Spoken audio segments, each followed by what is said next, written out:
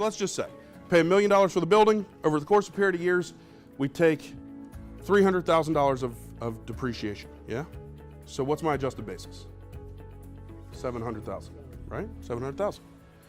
Now we wait some years down the line, and I kick the bucket, okay? And now the building's worth 1.4, okay? But my base is only 700,000 because I took all this depreciation. This is called, okay, free money. When that occurs, when you activate your estate, that's our polite CPA way of saying when you're no longer with us, okay? All of your assets basis, regardless of all those other things we talked about, is stepped up to the fair market value on your date of death. So now all of a sudden, even though I took $300,000 of depreciation in all those years, I didn't pay all the taxes in all those years, right? And now I'm gone and I give the building to my kids, okay? Their basis in the building isn't 700,000. If they sell the building for $1.4 million the next day, they don't have to pay capital gains. Their basis steps up to the fair market value on my date of death, my 1.4 million in my scenario, okay?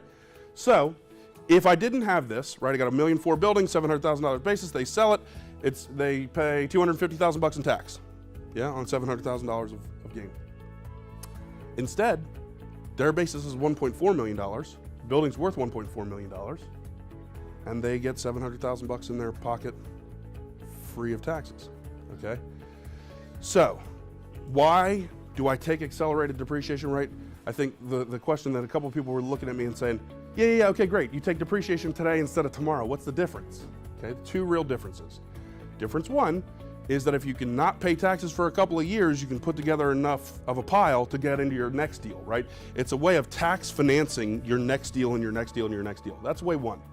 But the longer term version, the reason that you take these things and you don't care is if you hold these things forever until you're not with us anymore, you never have to pay taxes on all those extra depreciation you took over the years.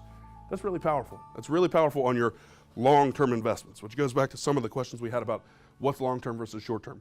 You find a deal like this, a beautiful building like this that you want to be in, you want to hold forever, right?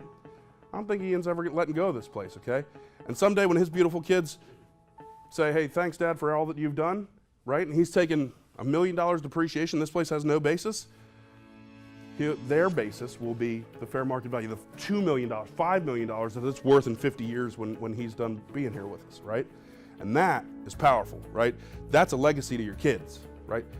What's it good for? It's good for the stuff you want to buy and hold, the long-term stuff, the real investment grade, oftentimes commercial stuff that you're going to hold forever, right?